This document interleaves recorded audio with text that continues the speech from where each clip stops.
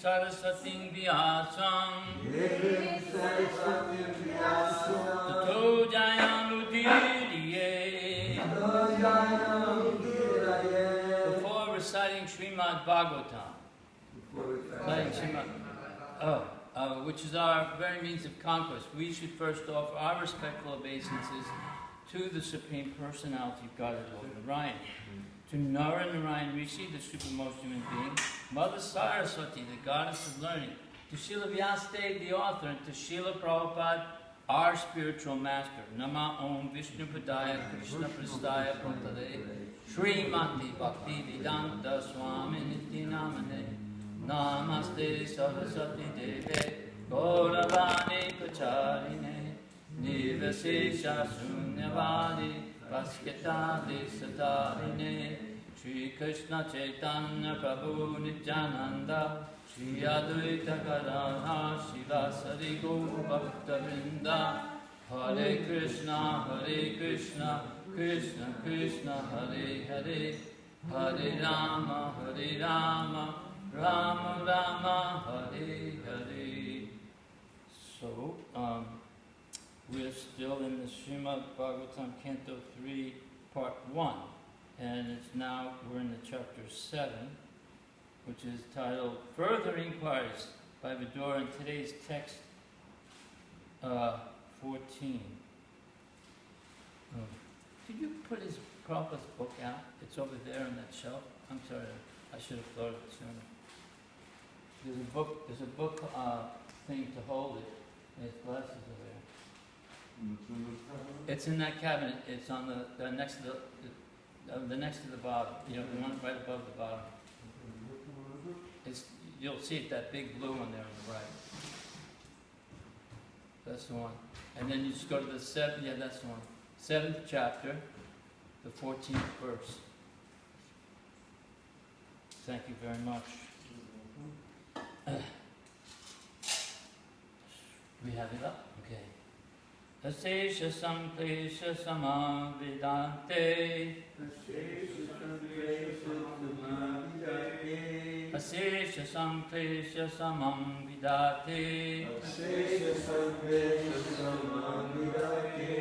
Gunanuvada Shravanam Murare Gunanuvada Shravanam Murare Gunanuvada Shravanam Murare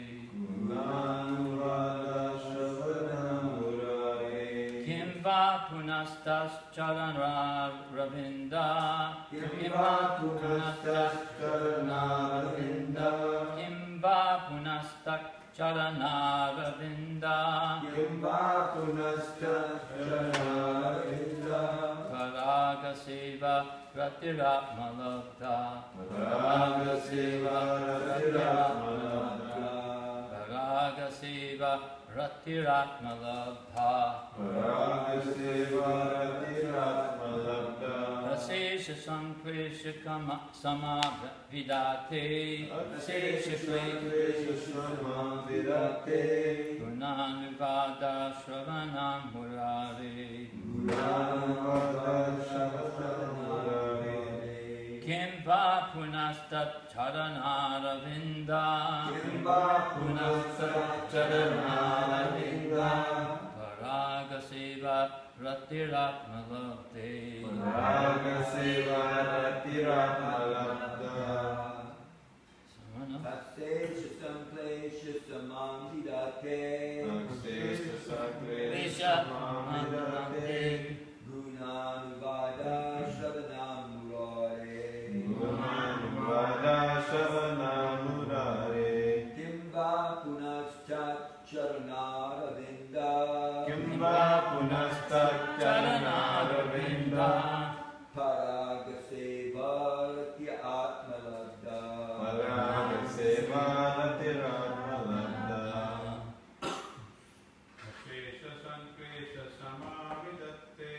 Asesha Sanklesha Samavidate Gunanuvada Shravanam Murare Gunanuvada Shravanam Murare Kimva Punastat Charanaravinda Paraya seva ratiratma labda. Akshesa sanklesa samamvidate. Asesha samklesha samamvidate. Gunanuvada shravana murare. Gunanuvada shravana murare. Kimva punastat charanaravinda. Kimva punastat charanaravinda. Paraga seva ratir atma labda. Paraga seva ratir atma labda. Any lady? Mata?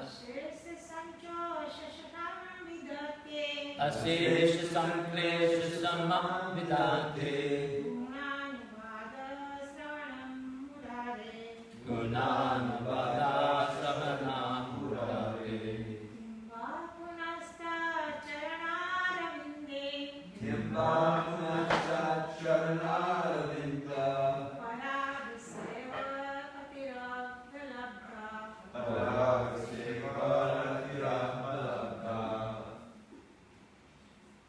So the word for word is asesha, unlimited. Samklesha, miserable conditions. Samam, cessation. Vidate, can perform. Guna anuvada. Of the transcendental name, form, qualities, pastimes, entourage, and paraphernalia, etc. Was that too much? Of the transcendental name, form, qualities, pastimes, entourage, and paraphernalia, etc. Shravanam, hearing and chanting. Murari, of Murari, remember the name. The personality of Godhead. Kimva, what to speak of. Una, again. Tat, his. Charana Aravinda, lotus feet. Paragas seva, to the service of. Flavorful dust. Rati, attraction. Atma labda, those who have gained such self-achievement. So the translation by Srila Prabhupada is Jai. Simply by chanting and hearing of the transcendental name, form, etc. of the personality of Godhead Sri Krishna, one can achieve the cessation of unlimited miserable conditions.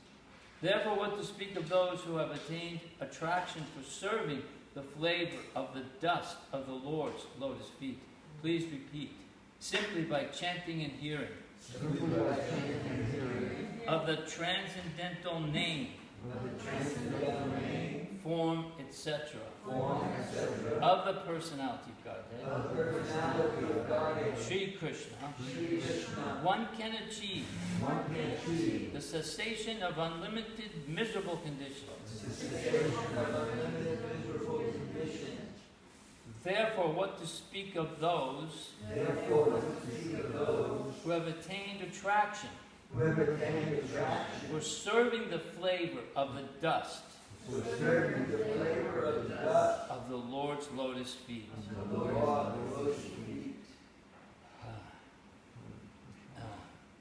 Purport by Srila Prabhupada. Two different methods of controlling the material senses are recommended in the Vedic scriptural wisdom. One of them is the process of jnana, or the path of philosophical understanding of the Supreme, Brahma, Paramatma, Bhagawan. In this case, Brahma doesn't mean, demigod Brahma, it means Brahman, the spirit, the impersonal effulgence of the Lord. So the other is that of direct engagement in the transcendental loving devotional service of the Lord. Of these two most popular methods, the path of devotional service is recommended here as the best because one on the path of devotional service does not have to wait for the attainment of fruitive results of pious activities or for the results of knowledge. The two stages of executing devotional service are, first, the stage of practicing devotional service with our present senses under the regulations of the recognized scriptures, and second, attaining sincere attachment for serving the particles of the dust of the lotus feet of the Lord. The first stage is called sadhana bhakti, or devotional service for the neophyte, which is rendered under the direction of a pure devotee. The second stage is called raga bhakti, in which the mature devotee automatically takes to the various services of the Lord out of sincere attachment. The great sage Maitreya now gives the final answer to all the questions of Vidura. Devotional service to the Lord is the ultimate means to mitigate all the miserable conditions of material existence. The path of knowledge, or that of mystic gymnastics, may be adopted as a means for the purpose, but unless mixed with bhakti or devotional service, they are unable to award the desired result. By practicing sadhana bhakti, one may gradually rise to the point of raga bhakti, or by performing raga bhakti in loving by performing raga bhakti in loving transcendental service, one can even control the supreme powerful Lord. Om Agyantimarandasya Gyananjana Salakaya Chaksurum Militam Tina Tasmai Shri Gurave Namaha. So, this is, at the beginning of this chapter, Vidura had asked, why is it that even though the Lord is within our heart and as Super Soul, and He's the all-auspicious one, why is there suffering? Why do we have to suffer? He's right there, and oh my God, I find it all my little tools. This is what I used to do the tilak with. Anyway, this one.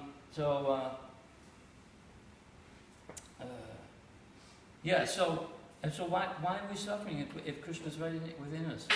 It was interesting because I was remembering that at one point I was desiring that I would really like to be surrounded in the association of very creative people.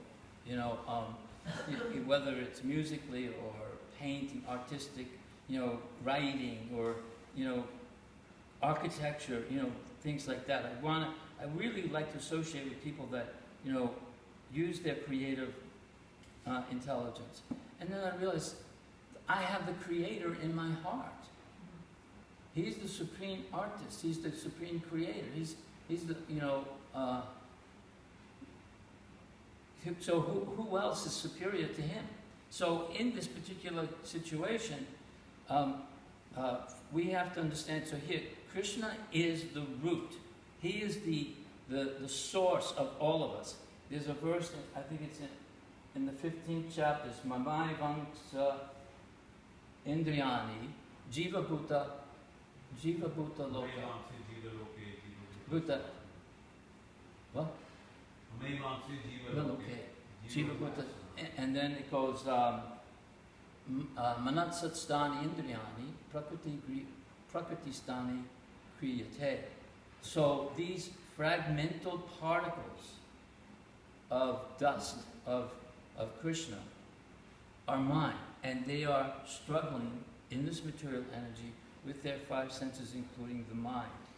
And so if we turn our direction towards Him and make our desires one with His desires, then we can gradually mitigate the miseries and then eventually actually develop the raga stage, the loving stage, and finally achieve our ultimate goal, which is to be engaged in our eternal rasa with the Lord.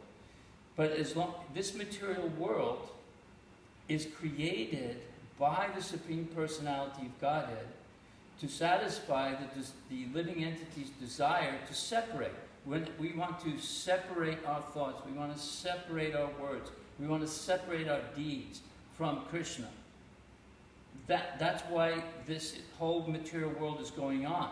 And Maya is controlling us, and she is presenting to us all these nice hallucinations, illusory energy to attract us. But at the same time, she's also trying to help Krishna. If we start to turn towards him, she starts to then make things a little bit more difficult for you to enjoy the material world, so that you'll want to get out.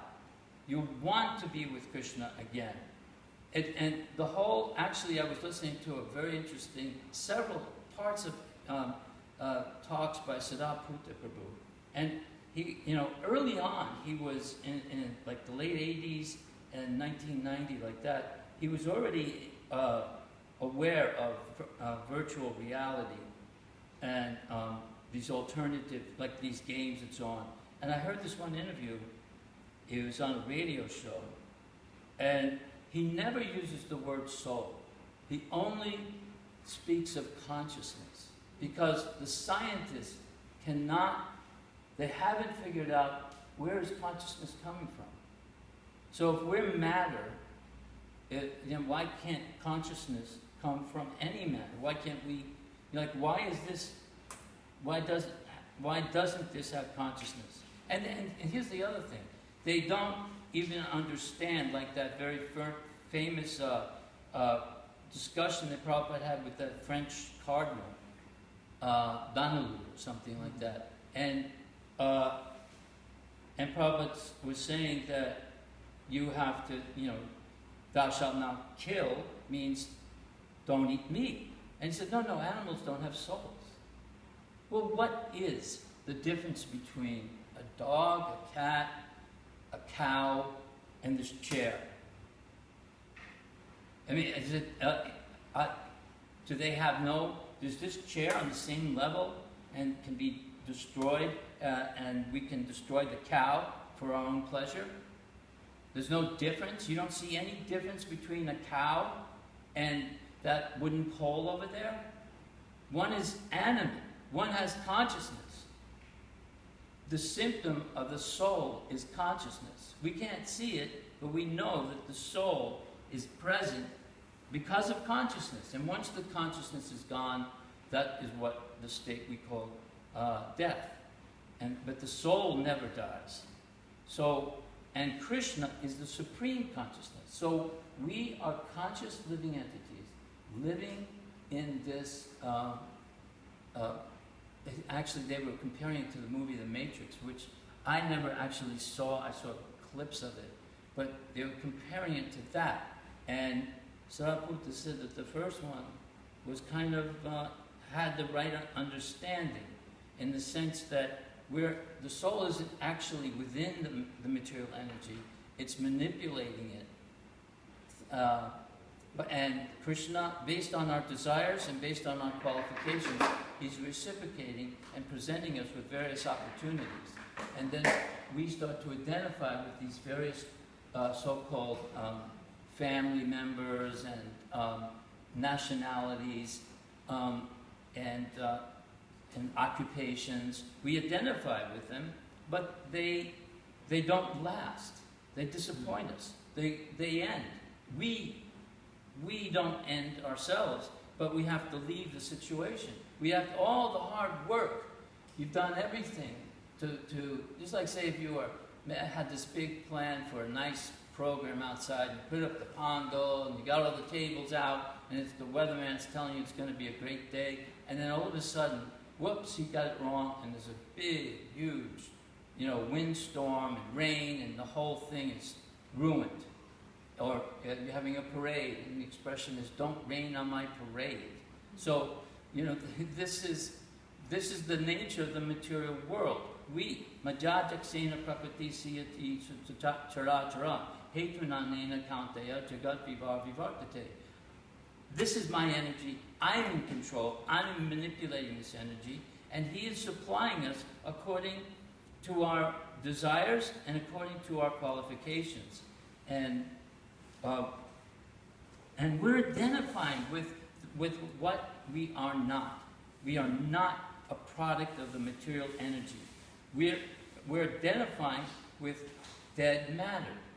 This is like going into a car. The car has no, can't do anything without the driver getting in it. It can't move unless it's one of these new remote ones. But even then, that's still a driver. So the body is not who we are. And it's just this dead material energy like this. And as soon as we leave it, it becomes a very unpleasant object. It starts to decay. There's aromas that are very unpleasant. You know, worms start eating it. It's basically just a large, it's a disease on the soul. The soul has developed a tumor or a boil, and it's filled with all sorts of poisons. And in the purification process, all of these impurities will start to come out. And sometimes, it's difficult to go through those purification processes. You don't realize just how envious you are. You don't realize just how lusty you are. You don't realize just how much anger you have or how greedy you are. These things come out. And so, the key to success in living in a community is to be hard on yourself and easy on others. Because I know what I'm going through, and they must be going through it as well. And I'm hoping that they'll forgive me, and I hope that they, because I'm willing to forgive them. But we have to be careful of our actions. We have to be respectful. And understand what our motives are. Even while engaging in Krishna consciousness, we have to be analyzing, what is my motive? Why am I doing this? What is the reason for it? Do I want to become famous? Do I want to become, wealthy from doing this? Or do I want to actually develop love for Krishna? Do I want to realize Krishna? Do I want to see Krishna? Do I want to break free of this cycle of birth and death?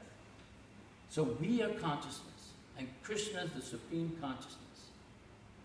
And this is the way to preach to these atheistic scientists. If you just start asking them questions like, well, where does consciousness come from? They don't have an answer. What's the difference between a conscious body and an unconscious body? What happened? That was one of the first experiences I had when I was first starting to come in contact with devotees in Boston, where I would get off this train, and right there the devotees were chanting. And I was working in a hospital, and I was talking to this man, and he was in there for a hip surgery, but he was in his late 60s. And this is a typical thing. Sometimes elderly people, after going through a hip surgery, their heart can't take it. And he started having a heart attack right in front of him. And I watched him leave his body. And I said, well, what happened? Where is he? What? And when the nurses and doctor came in, I kept saying, where is he? What happened? Just tag his toe, bag him, clear the hallways, get all the other guests that are there, close all the doors, don't let anyone see that somebody's died, and get him down to the morgue. And nobody was, and I'm wondering, why? What is it? I'm talking to this person, and then he is gone. But the body is sitting right there. Tag it, bag it, get him down to the morgue. So then I was fortunate enough to have the devotees at the end of my train ride, and they were the only ones interested in talking about it. Nobody could, what are you talking about? He died. That's it, he died. What? Why? What is it? Can't you add something into what chemical's missing? What can we do? And they don't have any answers for any of these things. So we're in a world that's inanimate. It's not conscious. The whole world is not conscious. The only reason there's form and shape is because of Supersoul being present. And we are conscious eternally, living entities, parts of Krishna. We have the same qualities of him, but very minutely. And we're now living in this dead, inferior energy. You might say we're slumming. But there's parts of this place in this material universe where you can go and you can really enjoy heavenly delights. Really, I mean, the flowers will, the flavor of the smell of the flowers will just, you'll fall unconscious. It's so intoxicating. The nature of the men and the women are so beautiful. You can enjoy as much as you want for up and, it seems like almost forever. But then eventually your bank account runs out.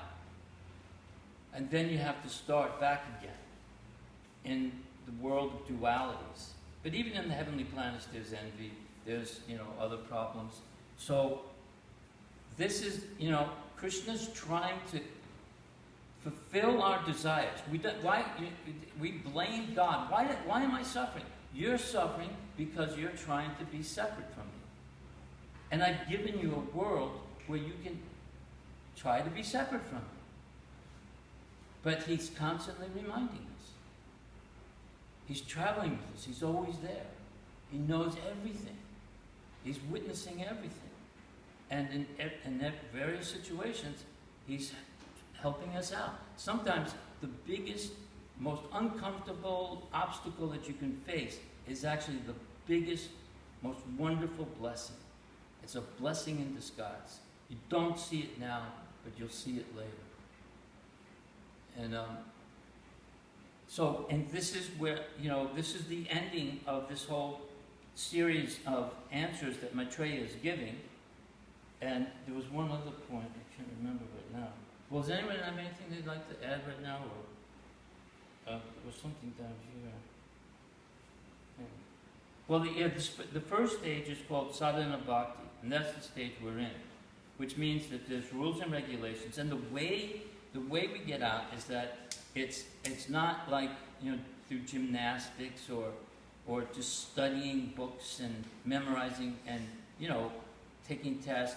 It's by listening very carefully to the sound vibration of the Lord's holy name, and listening to the sound vibration of the Bhagavad Gita and the sound vibration of the Srimad Bhagavatam, the sound vibration of Chaitanya Charitamrita. We see God through sound, and that purifies our heart, purifies our senses. Then we begin to see, we learn how to pray. Like yesterday, I was trying to figure out, sometimes you get it, just how to make a sincere prayer. And then other times, yesterday I was like, I wanted to I have these things I want, I wanted to communicate, which they already know. And so I wanted, but I felt like it was so lame and so obvious. I was praying, please, I need the intelligence to know how to pray to you. And at that moment, Krishna's ring fell off. And I thought it did, and then I asked Bhakti Mohini because I couldn't see, and she told me, no, it's the ring. So we have to learn how to pray, but we have to constantly. You may have a successful moment with the Lord, and then you can lose it. We have to constantly cultivating, and by constantly hearing more input of transcendental sound vibrations, the more our minds, our hearts will become filled, and our senses will be more and more purified. So we'll know how to act transcendentally. We'll know how to pray, and how to achieve success in this lifetime or the next. So, so sadhana bhakti is the preliminary stage. And then there's called raga. Raga is love. It's spontaneous. Now, sometimes people try to represent, they say, well, in this movement for 40, 50 years. And so I've been chanting and getting up. It's not a mechanical process. It's what you put into it is what you get out of it. Just standing here in front of the deities and going through the motions, you'll get this benefit. There's no doubt about that. But the more you try to enter into the mood of Prabhupada's desires for this movement and understand that what is needed now for me and for this community and for this society at this moment, and enter into that mood, the more the Lord will reciprocate with you. And the spirit, and you have to go through your spiritual master, or the founder Acharya, Srila Prabhupada. And so Raganuga Bhakti is, you're already doing sadhana, but then you spontaneously, just a very mundane example. Say you're walking across the property here from the pavilion over towards the quad, or from the quad over towards the pavilion, and you see a cup from Sunday Feast, or you see a plastic spoon or paper plate. Do you walk by it? It's not my service, Prabhu. Do you stop and pick it up? That is spontaneous. It's small. It's not like some ecstatic symptoms, but the fact that it's not my service, I'm not required to do it, but it needs to be done. So gradually, the more we're willing, the more you put into it, the more that comes.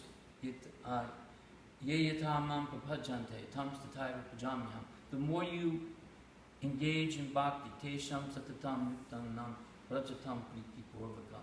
the more you engage in bhakti. I was on a morning walk in Atlanta with Srila Prabhupada and Ganesha, Bhakti Tirtha. He was distributing the standing orders to the libraries and universities around the world, even in communist countries, very dangerous conditions. And so he's asking, yes, Prabhupada, how can I improve my service? And sometimes Prabhupada would give you a specific thing, but in this case he said, Tesham satatam yuktanam brajatam bhakti porvakam. As you engage in bhakti, Krishna will reveal himself. He'll give you intelligence. Bhakjamam abhijananti. That's the one that is your next assignment, I heard. I think it was that one. Oh no, she said 58 or 59. 59, chapter 2. Yeah. That one, but she also said Bhakjamam abhijananti. What? Number is You know how to, that's one thing I was going to ask you.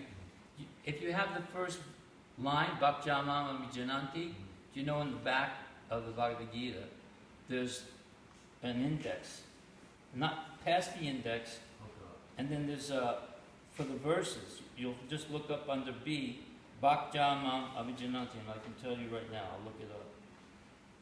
And that way, you're able to find, if I just know the one, I just remember the first line, but I can't remember, where was that again? So, what is it? 18 chapter 55. I think so, yeah. I think it's 1855, if I'm not mistaken.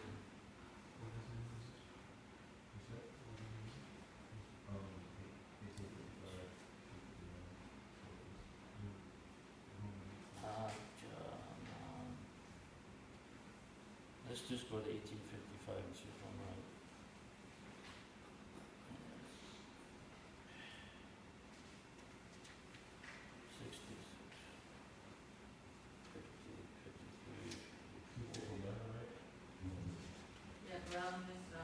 Here it is, Bhakjamam abhijananti, 1855.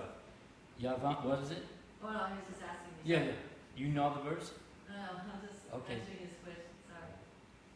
Bhakjamam abhijananti yavanyas chasmin tatvata tato mam tatvato gyatva vishate tat anantaram. One can understand me as I am, as the Supreme Personality of Godhead, only by devotional service. And when one is in full consciousness of me, by such devotion, he can enter into the kingdom of God. It's not just a question of academics or, becoming very, very expert in, mental, debates and so on. it's a question of your devotional service. And Krishna, it's revealed. It's not an intellectual exercise. Although you absorb the intellect in Krishna's service. Mam chayo vyapacharena bhakti yogena sevati saguna samaiti jaitam brahma bhuyaya kopate. The more our senses are absorbed in bhakti yoga, Prabhupada once translated that verse by saying, the more your senses are saturated with bhakti. Saturated means like, have you ever seen a glove jubbing? Soap and dripping. That is what it has to be like. And when you see Prabhupada, sometimes you can see in the videos, you see right here there's always tears. He was saturated with devotion, and every now and then it would burst out. It's an internal process, but we're acting in the external world.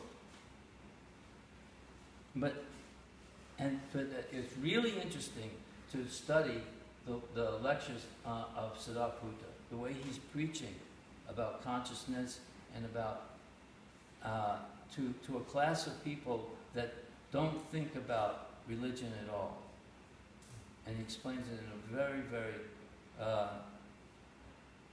in a way that they can understand and relate to.